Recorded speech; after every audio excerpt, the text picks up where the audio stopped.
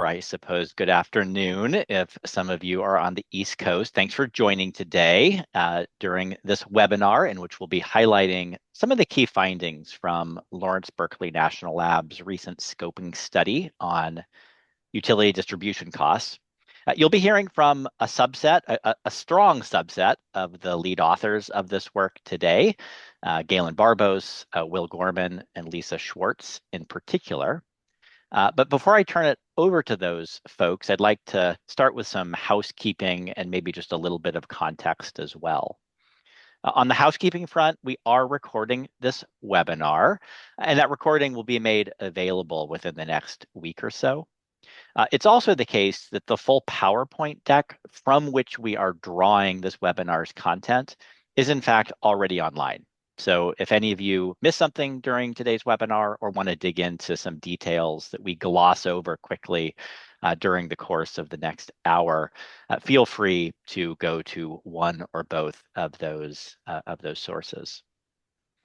As for the Q&A, all of the participants on this webinar are going to be muted for the duration, but we do very much encourage folks to insert questions into the Q&A box in Zoom.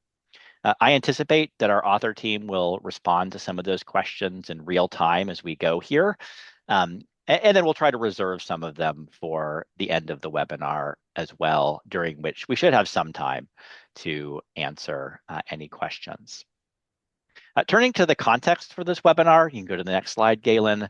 Many of you will be aware that we've been spending quite a bit of time at LBNL over the last months trying to better understand the trends in and drivers of recent retail electricity prices. And I want to just very quickly highlight three basic findings from that broader work that helped inform the topic of this webinar, namely utility distribution costs. First, as shown on this slide, we found that in nominal or non-inflation adjusted terms, that national average retail electricity prices have increased and increased rather substantially since the year 2020, and more so for residential customers than for either commercial or industrial customers. Which leads to the obvious question of why. Why have retail prices increased, and why specifically have residential prices increased more rapidly than commercial and industrial prices? Second, on the next slide, we found that those price changes are far from uniform. If we focus on the 2019 to 2025 timeframe, specifically the map on the left of your screen here, we can see that there are a subset of states that have seen especially rapid increases in retail electricity prices and at a pace well above that of economy-wide inflation. Most prominently California, some of the other Pacific Coast states, as well as states in the Northeast and Mid-Atlantic regions. And again, begging the question of why. What distinguishes those particular states from others? And then third, in partial answer to those questions, on the next slide, you'll see that what we have discovered, both over the longer time frame of 2019 to 2025, but also just over the last year, from 2024 to 2025, we found that utility distribution infrastructure costs are one of the leading causes for overall utility rate increase requests, both nationally and specifically in those states that have seen the most significant price increases. And so that was kind of the launching off point for the study that you're about to hear of, a study that specifically focuses on utility distribution expenditures and with the aim of synthesizing information on the scope, scale, and drivers of recent increases in utility distribution expenditures, while also beginning to identify a menu of possible regulatory response strategies. This is a scoping study, and as a scoping study, it includes 5 somewhat distinct but also interrelated components. Those are listed on this slide. Running through those quickly here.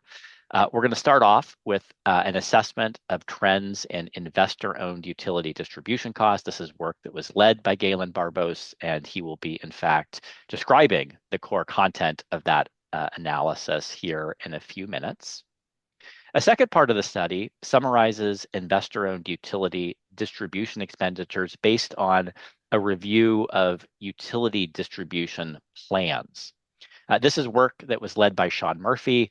I should note that in the interest of time, we're really not going to spend that much time on this aspect of our work during this webinar, but we are fortunate to have Sean online here, which also means that folks should feel free to pepper him with all sorts of hard questions during the Q&A session. Thanks to Sean for that part of our work.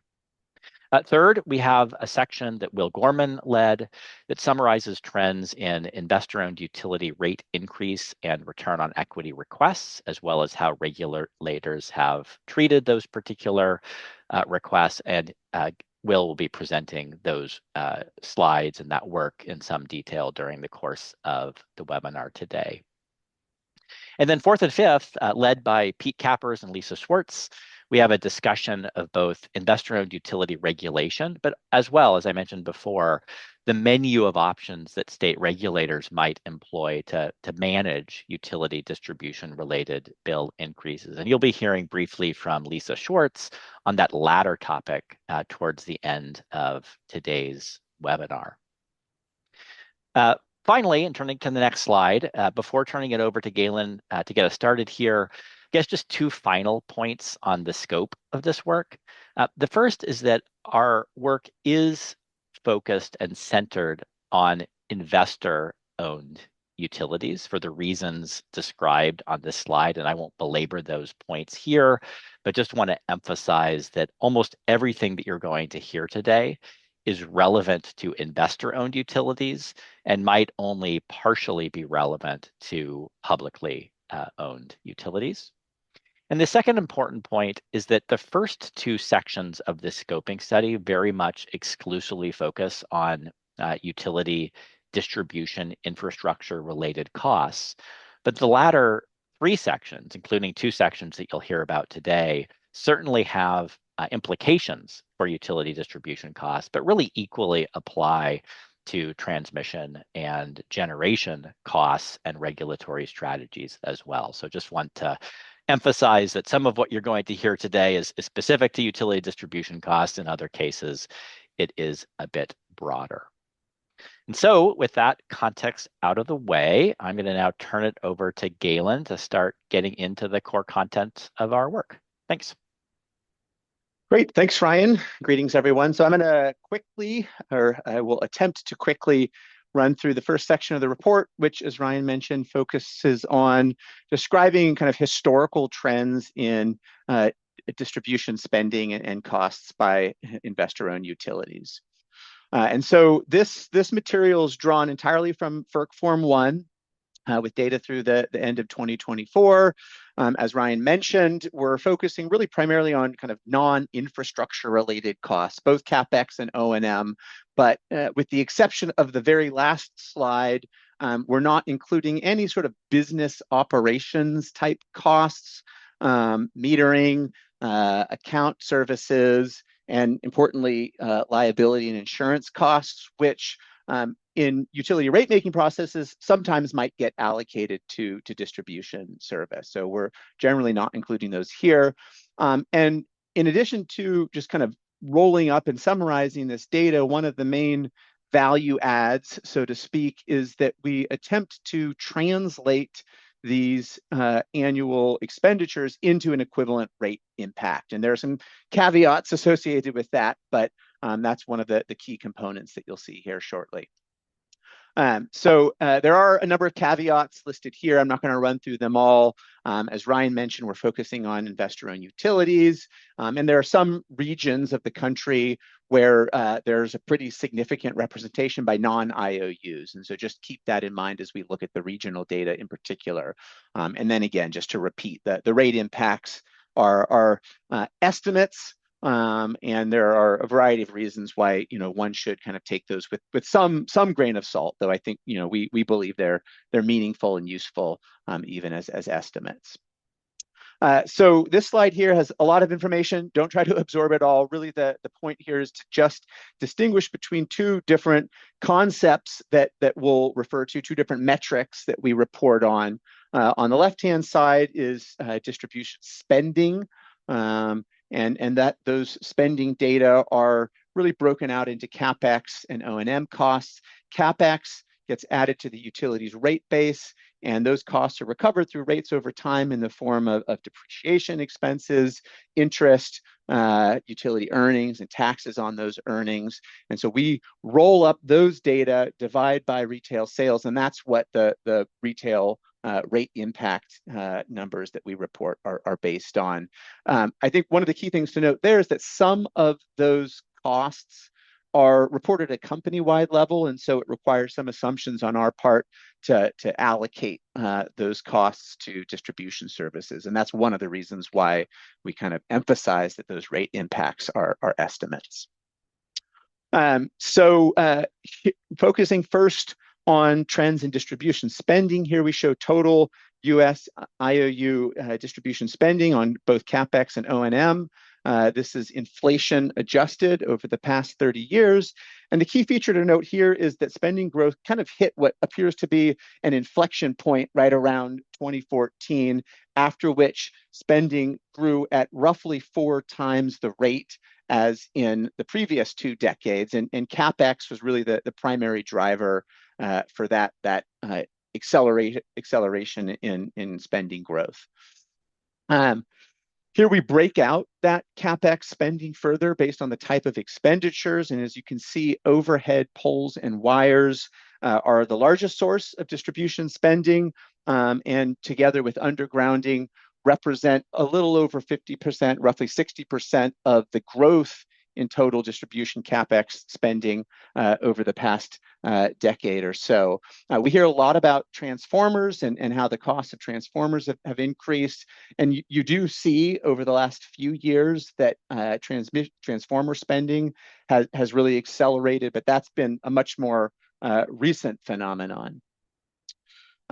Now, part of why distribution CapEx has risen so sharply has been that the cost of the equipment itself has gone up at a rate well above the pace of inflation.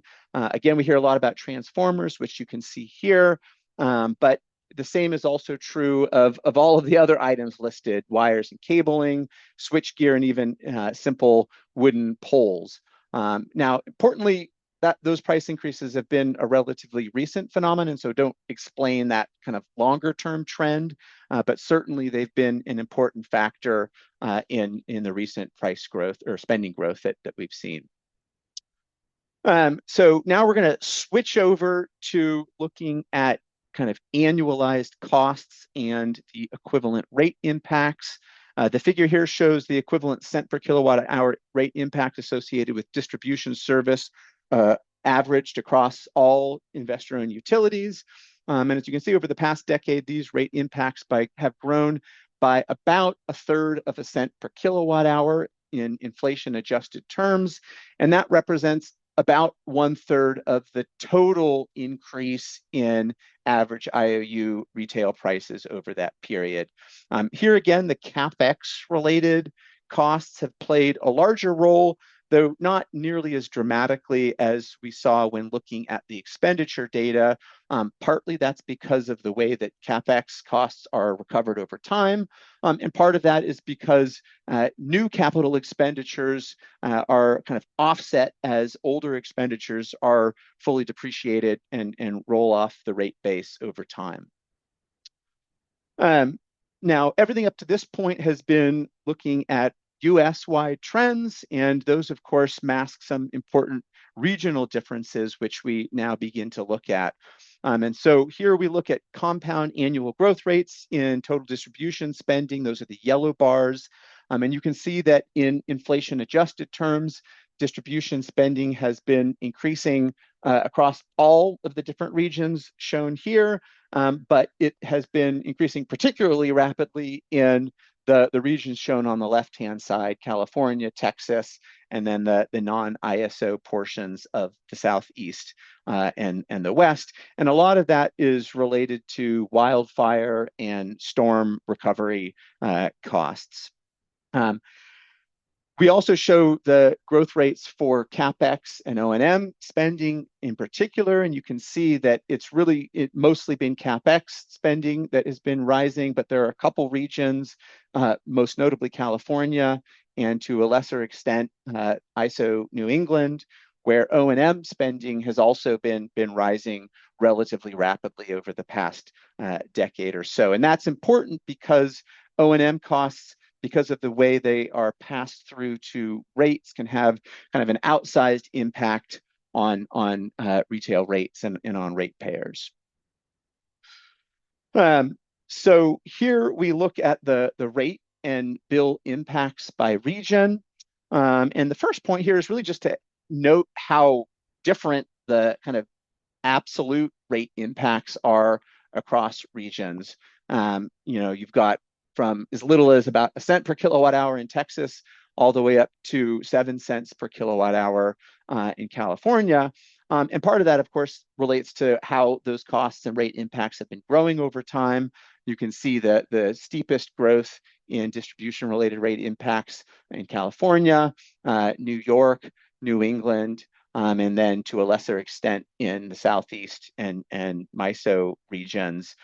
It's notable that the growth in rate impacts doesn't necessarily correspond to the growth in spending.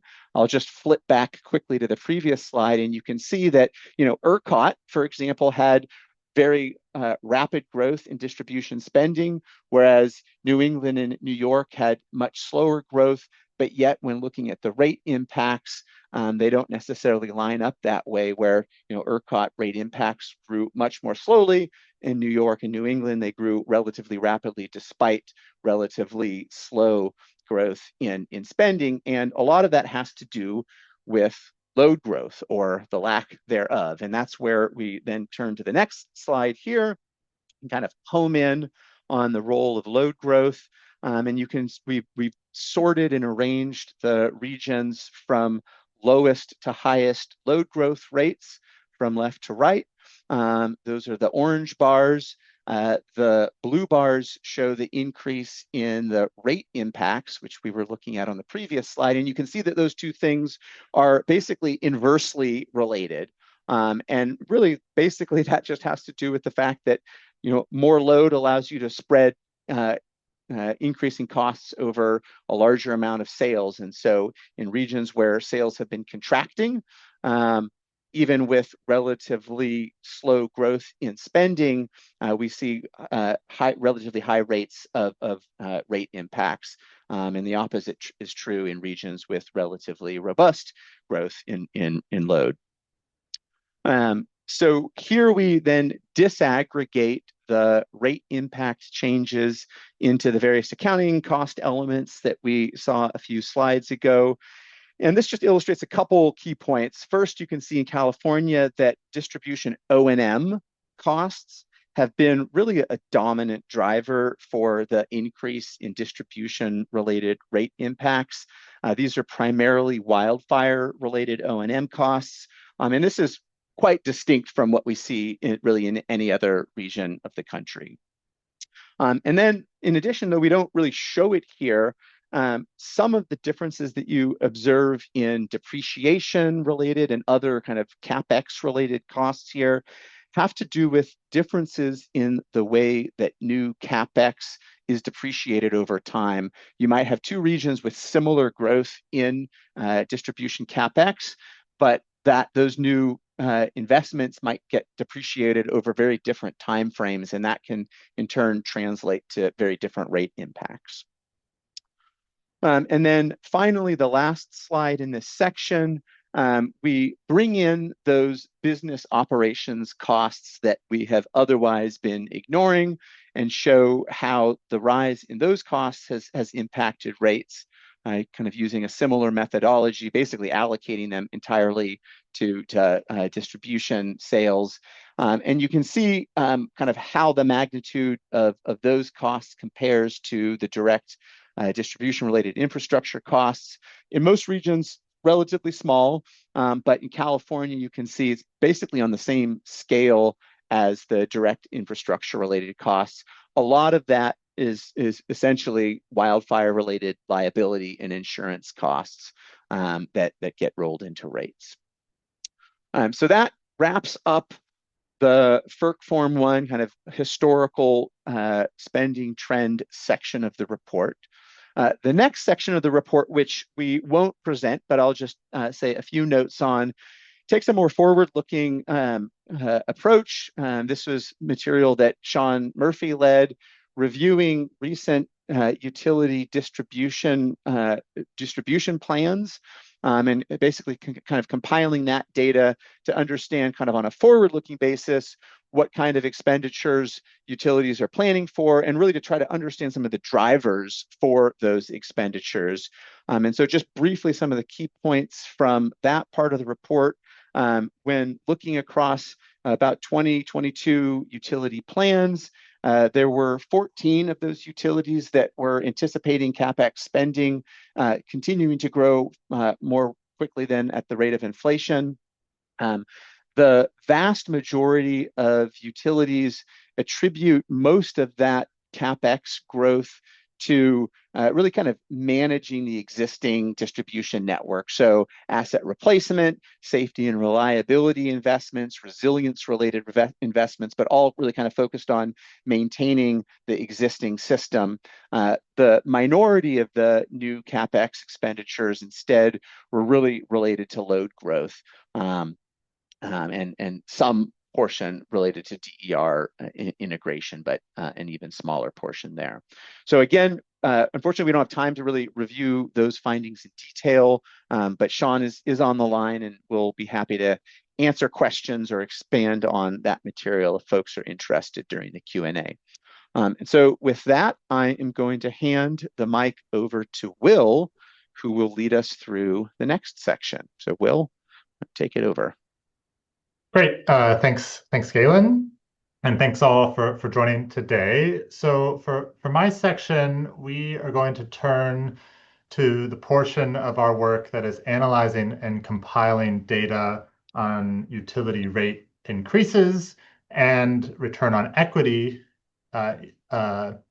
changes, both looking at the requests that the utility makes as well as the corresponding approvals by the utility commissions. So this section follows up pretty nicely on section 3 that Galen just briefly summarized that Sean had led, because it is often the case that distribution plans are not always implemented in full, as they ultimately must be approved in rate cases. And so what my section really is doing here is it's providing that deep dive into those trends over the last several decades for what we've been seeing in rate cases. So on this slide, stay on this one, Galen. So similar to Galen, I want to provide just a few more details about the data, the methodologies, some of the key caveats to keep in mind as I walk through our key findings, both national level findings as well as regional rate case trends. The first thing to mention is that the vast majority of the analysis I will cover here relies on S&P Global's rate and ROE request and approval database. This is a database that the team at S&P Global has been compiling since the late 1970s. So it covers a really long span of requests and approvals. The data covers the vast majority of investor-owned utility sales in the United States as well.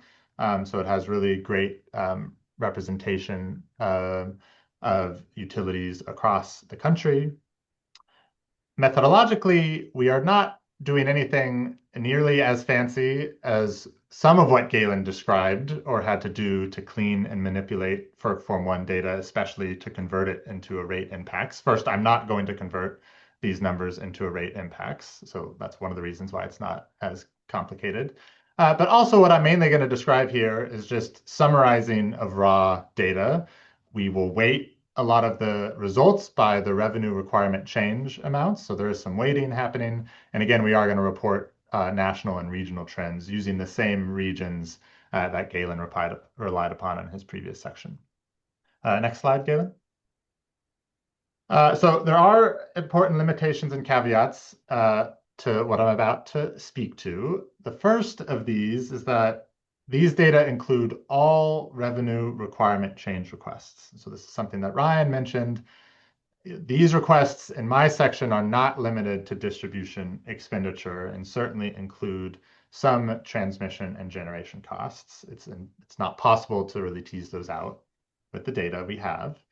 Second, these data are inclusive of some rider cases, but largely exclude limited term fuel adjustment costs, as well as storm recovery costs. So those usually are not approved in these GRCs. Those are approved in outside cases and are not summarized in the S&P Global's dataset. Third, it is difficult to compare these data before and after the 1990s, given the restructuring that occurred in the utility industry and generation divestiture.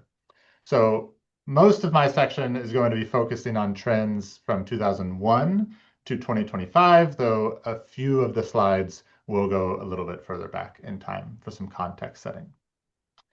And then the final thing to mention, which I'm going to reiterate on a few slides as we go forward, is while I am going to provide analysis of trends in PUC, so utility commission approval rates, both for rate increases as well as return on equity requests, I am not, and we do not opine on the drivers of those trends.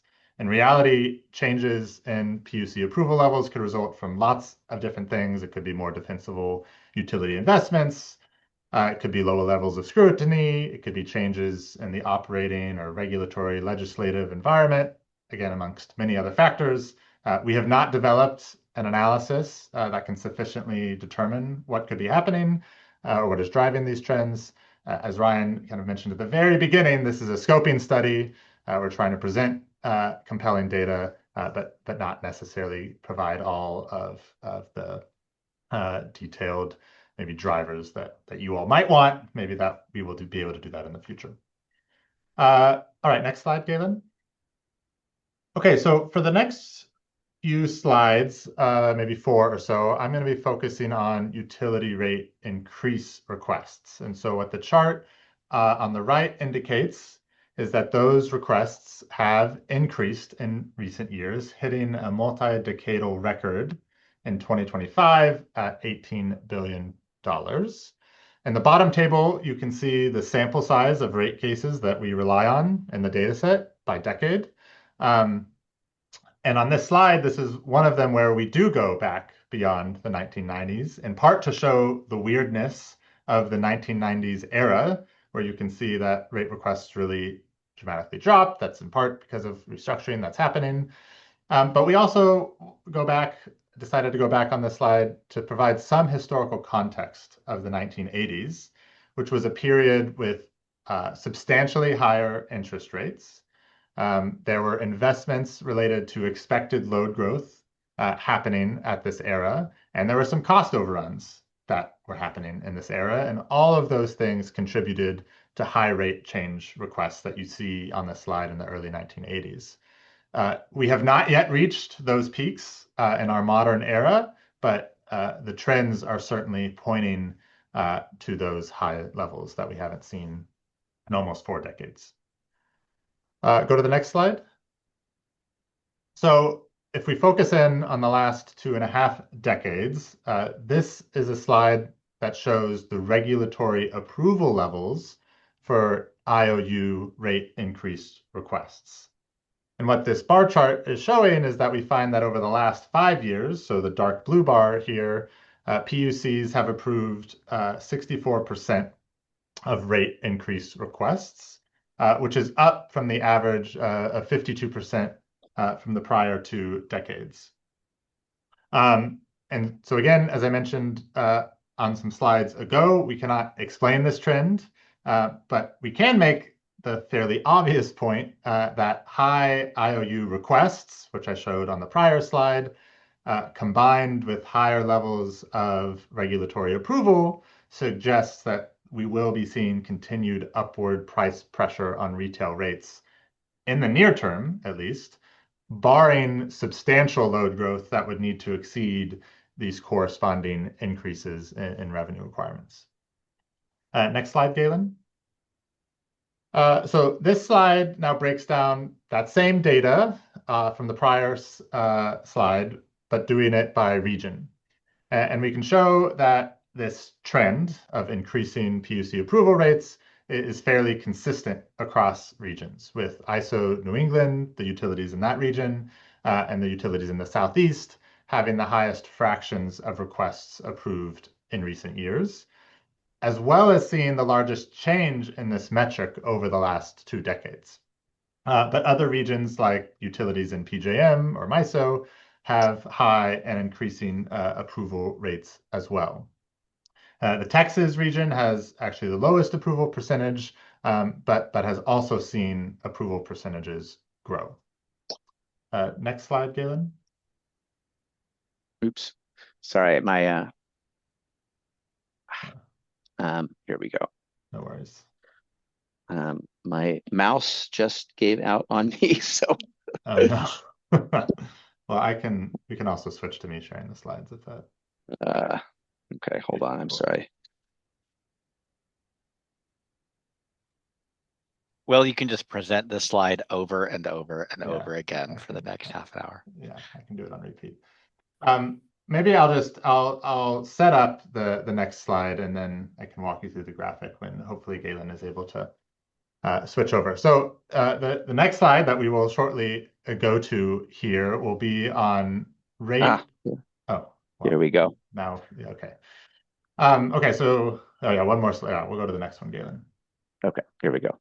Okay, so this is my last slide on rate change requests, where we're attempting to show variation in regulatory approval levels based on the type of rate case being administered.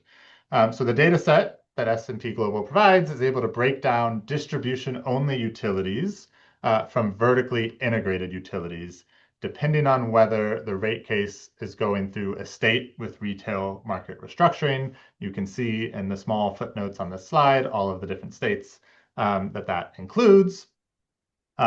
This data set also separately breaks out limited issue rider cases. And so in the light blue bars, you can see distribution only rate cases, vertically integrated rate cases, and limited issue rider cases. And what you can see is whether or not the utility is a distribution only or vertically integrated utility, the PUC approval levels are roughly the same. But in limited issue rider cases, we see much higher levels of approval. The dark blue bars show how we break out these cases between states with and without formal distribution planning requirements. And what we have found is that places without distribution planning requirements tend to approve higher fractions of rate requests. But the reason for that descriptive finding is not clear. All right, next slide, Galen. Okay, so now we're going to turn to requested and authorized return on equities, or ROEs. These have also increased over the last 5 years. So you can see those upticks in this chart on the right. But they do remain quite low by historical standards. That being said, the return on equity and weighted average cost of capital levels are correlated with interest rates. So we show the dotted black line, that's the 10-year US Treasury interest rate. And over the time period that I'm showing, interest rates have been following a declining trend, of which ROEs and the weighted average, the WACC, the weighted average cost of capital for utilities has gone down. But these interest rates have started to uptick post 2020. There is really good research being done outside of the LBNL team that finds that the gap between ROEs and other cost of capital benchmarks has grown through the 1990s and 2000s. And so while I'm not going to spend a lot of time talking about that gap, the following section covers conceptual issues of cost of service regulation and how ROEs are established. So I will be giving a very high-level overview of that section and the information a little bit later during this webinar, but we're not going to have time for a deep dive into that material. That is all found in the underlying report. Let's go to the next slide, Galen. So we can also look at PUC approval levels of ROEs. Those have also gone up over time, but not as substantially as the rate request percentages that I showed earlier. So over the last 5 years, PUCs have authorized ROEs at around between 95 and 96 percent, which is up from the previous 2 decades. But again, I will reiterate, we do not and we cannot opine on the drivers of these trends. Next slide. So this is my final slide of this section. And what we do here is we compare authorized ROEs by region and across the last 15 years. So what you can see in both of these bar colors is that ROEs are highest in California and the Southeast, and they are lowest in New England and New York. And then if you compare the bars to each other between the most recent time period, which is the dark blue bars, versus the period between 2011 and 2020, those are the green bars, ROEs have been mostly flat, with maybe a little bit of decline. But that kind of matches the national average trends that I was showing a few slides ago. All right, let's go to the next slide, Galen. Okay, so that concludes the deep dive into section 3. Before I hand it over to Lisa, who's going to cover some of the regulatory options to manage this rise in requests that I just presented, I wanted to provide a short summary of the content and findings from the 4th section of our report, which was led by Pete Kappers. This section was a qualitative summary and literature review that describes utility regulation practice and potential areas of incentive misalignment within that cost of service regulation paradigm. So for the curious listeners on this webinar, you're not going to get much out probably of this slide, and so I encourage you to download the full report and read the details there. For the sake of time, I'm just going to focus on the 3 main subsections of the report. And so the first subsection of this utility regulation and potential incentive misalignment section summarizes the different approaches used to estimate and set ROEs in rate cases. And we provide details on the literature that has been slowly generating evidence, empirical evidence, that utility ROEs are generally higher than financial theory suggests are necessary, which could be biasing utilities towards capital expenditure.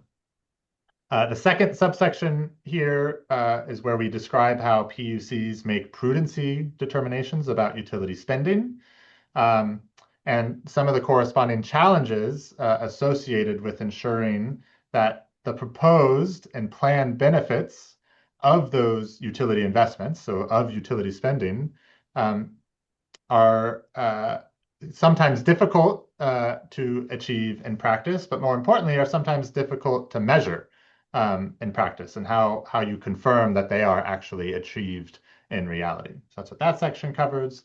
And then finally, the third subsection in this part of the report discusses cost recovery tracker mechanisms and their purpose in an industry concerned about regulatory lag. But even those mechanisms are aiming to mitigate a challenge of cost of service regulation.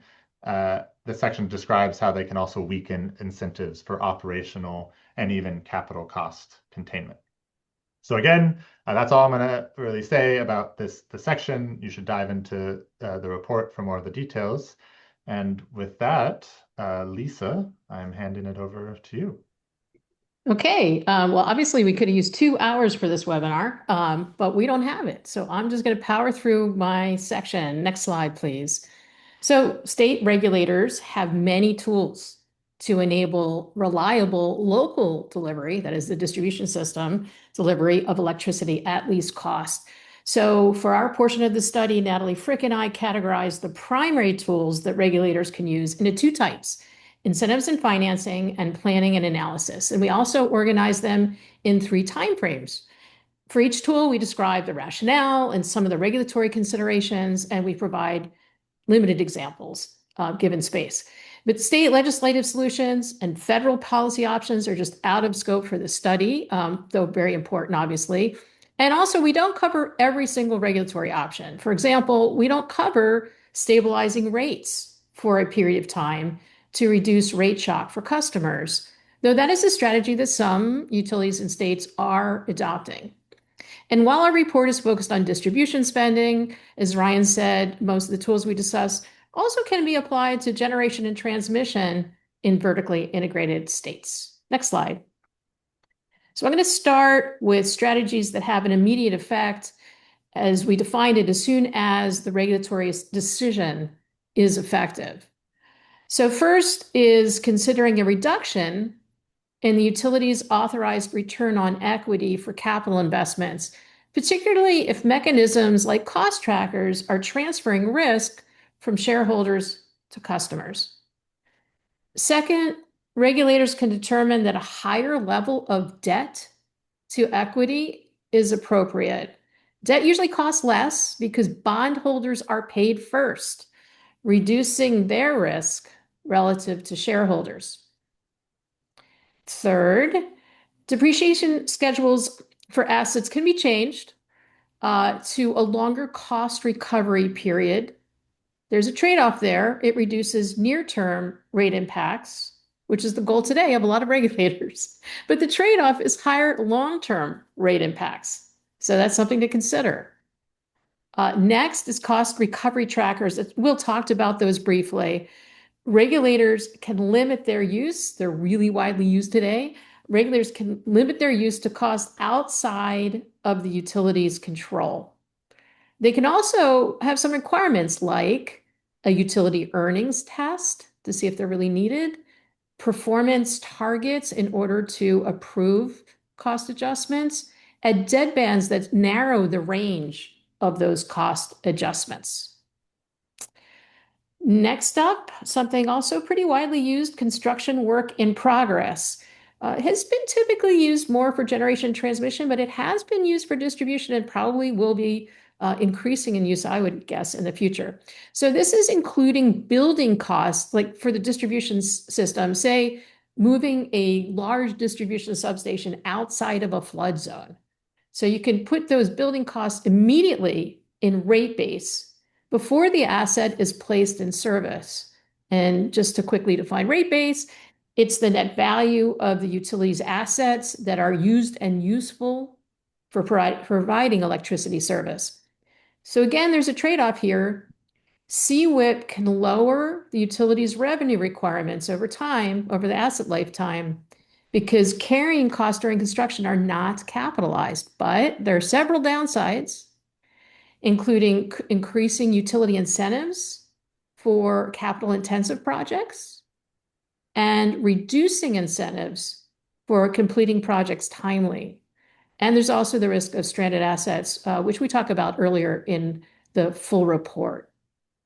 So the regulatory options here to strengthen cost control under CWIP include setting budget caps for those projects and lowering potentially the return on equity for CWIP investments, since you're reducing risk again for shareholders. These are all heady topics, so I have such a short amount of time to talk about each of them. But now let's move on to securitization. So first, this requires legislation, state legislation, that allows utilities to issue ratepayer-backed bonds. And this is for very large projects. The interest rate is lower than the utility's average cost of capital, and there may be additional benefits, like lower taxes and spreading cost recovery over a longer period of time. Okay, so those were so-called short-term strategies. So next are strategies in the band that we termed medium, which are those that can have an impact within 2 to 3 years. So that's the blue rows in this table. So first, performance-based regulation. The term is used a lot. It's often used just for targeted performance incentives. But here, for cost control, I'm focusing on multi-year rate plans that are designed to contain utility costs by reducing the frequency of rate cases. So instead of annual, every 2 years or 3 years, it's more like every maybe 3 to 5 years. So there's a stay out. And then you can use regulatory lag and lots of complicated measurements to contain costs during that period and increase utility efficiency. So targeted performance incentives also can be added to improve certain utility practices, like, for example, speeding interconnection timelines or encouraging demand-side management programs. These are things that utilities may not have sufficient incentive to focus on. So you're trying to sort of focus on maybe what we can call underused utility practices. All right, and so the next several items I'm going to band together loosely under the utilities planning process for distribution, which, the planning process offers several entry points for reducing distribution costs. So I highlighted 4 here. First, regulators can require utility plans include transparent and detailed costs for anticipated spending with robust justifications. Second, regulators can stage approval of project costs, so approving just a portion of the total cost initially and reviewing additional costs over time based on the utility's delivery of benefits that the utility used to justify costs in its distribution plan. So the utility can stage its investments and the approval can be staged according to that schedule. Third, regulators can provide guidance on acceptable methods for cost effectiveness evaluation to justify planned spending. We've got a report I'll put in the chat in a little bit. And fourth, regulators can require that utilities consider alternatives to proposed capital investments. And that could be a wide range of things. It could be everything from looking at different pole resilience ratings, different winds to different wind speeds, to non-wire solutions like storage, to improved grid utilization to get more out of the existing grid system. Okay, so that's all under medium-term strategies. And the last item is a long-term strategy, which is asset management.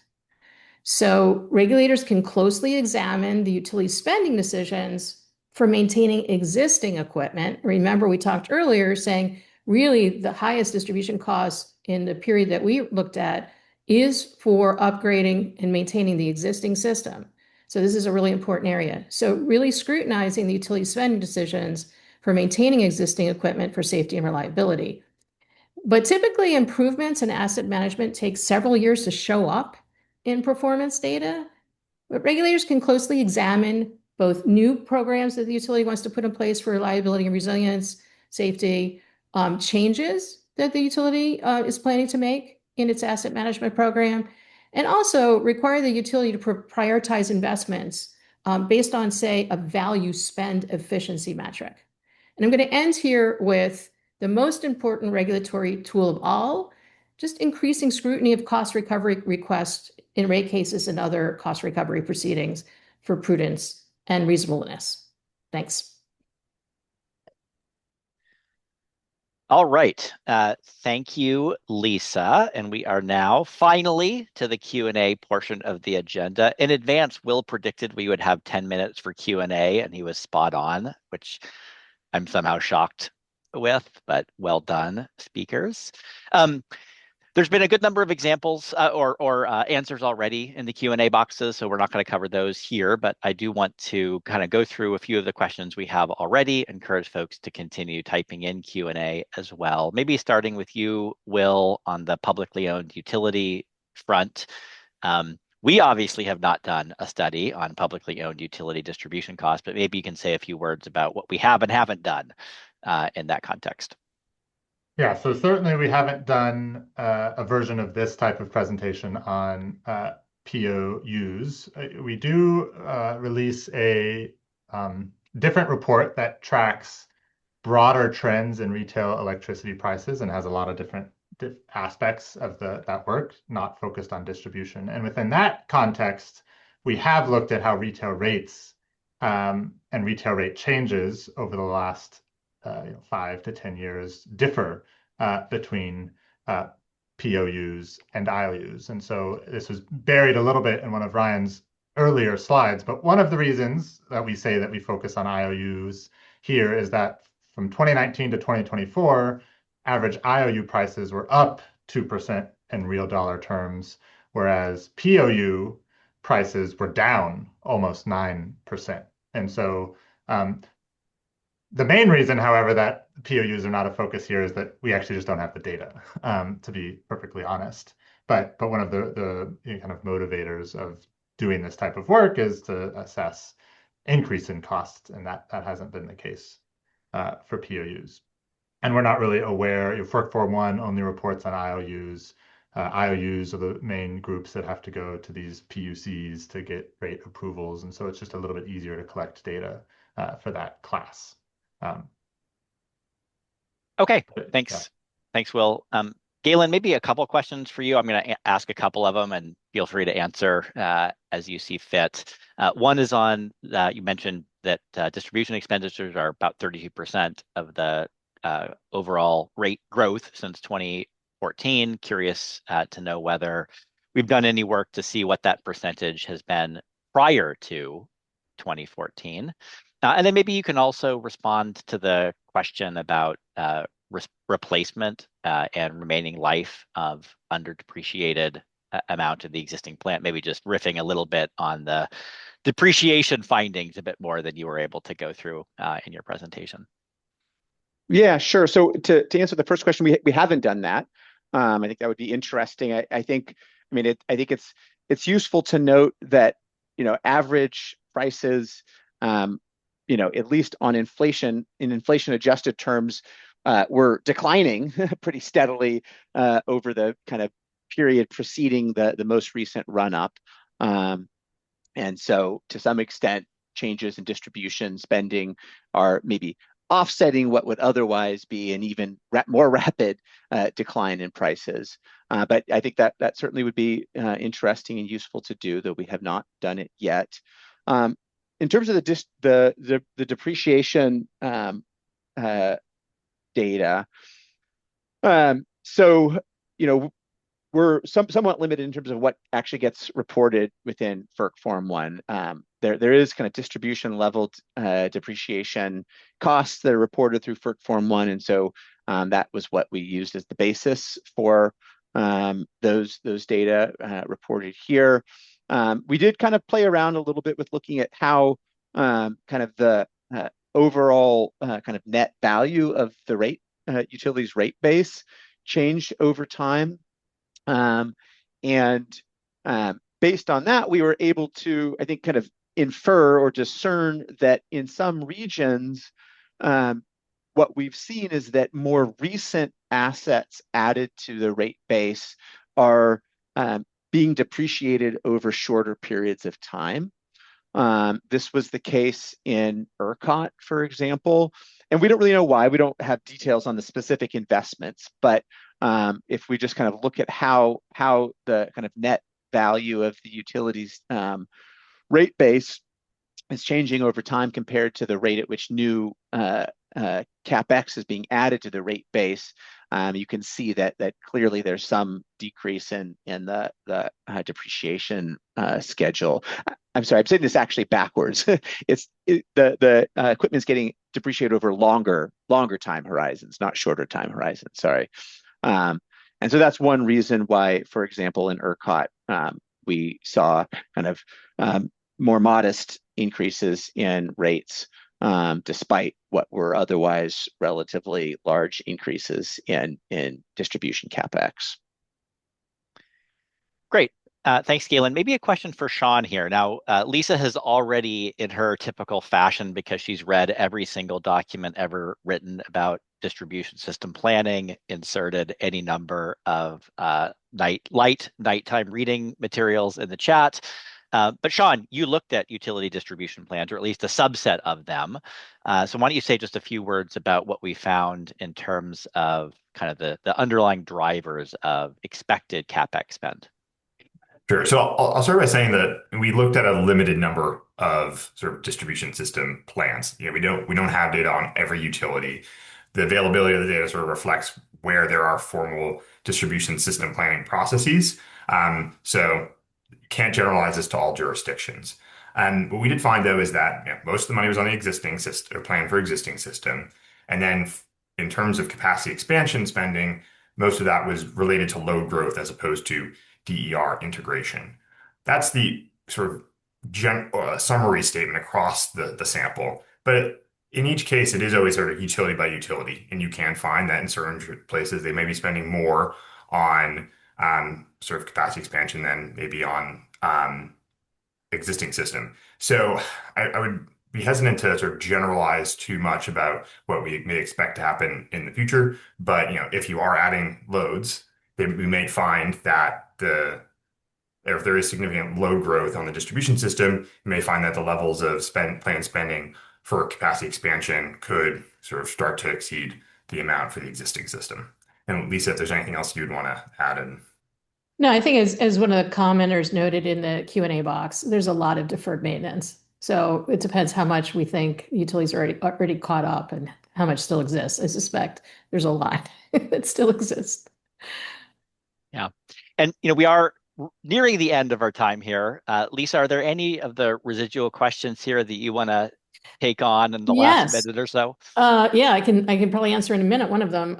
There was a question about a regulatory lever with respect to how can funding for demand side management, including some distributed energy resources, be repurposed to better support distribution operations. I love this question. Well, first of all, distribution system is all about very localized needs generally. I mean, there can be some, you can reduce load on a substation and, peanut butter spread some of the programs better. But geotargeting has been used since like the 1980s in Hood River in Oregon. It's not a new thing. So geotargeting is really critical. So taking some of the already, you don't even have to increase funding for DSN, just as the question suggests, you can better target it to get more value. So value, energy efficiency value, for example, storage value extends pretty broadly. But by geo-targeting, you can actually reduce distribution system costs. And in terms of operations, there's a lot of work to be done there. I put a bunch of links in the Q&A or in the chat about that. There's a lot of work that needs to be done on DER orchestration, but utilities are already, making really great strides to be able to operate, say, aggregated storage systems to be able to reduce our distribution system needs. So if you have storage funding, you could target it better, probably. Yep. Okay, that's great. We still do have 2 open questions, but I think in the interest of time, as we are basically at the end of the hour, I think we're going to leave it there. Encourage folks who do have questions that we have not answered or additional questions that come up, feel free to please reach out to the authors here. And I want to thank the authors as well as the DOE's Office of Policy for supporting this work. And then just a final note that this is called a scoping study for a reason. It's a scoping study. It's the beginning of some analysis, not the endpoint. And so if folks have ideas for how to deepen this kind of work, additional important questions that we have not addressed, feel free to reach out to any of us on the author team on that score as well. So we accept not only questions, but also critical feedback and suggestions for additional work. So please do feel free to reach out on those scores if you so please. And with that, again, thanks to all of the authors here. Thanks to the participants on this webinar. Hopefully it was helpful and hope you have a good rest of your day. Thanks.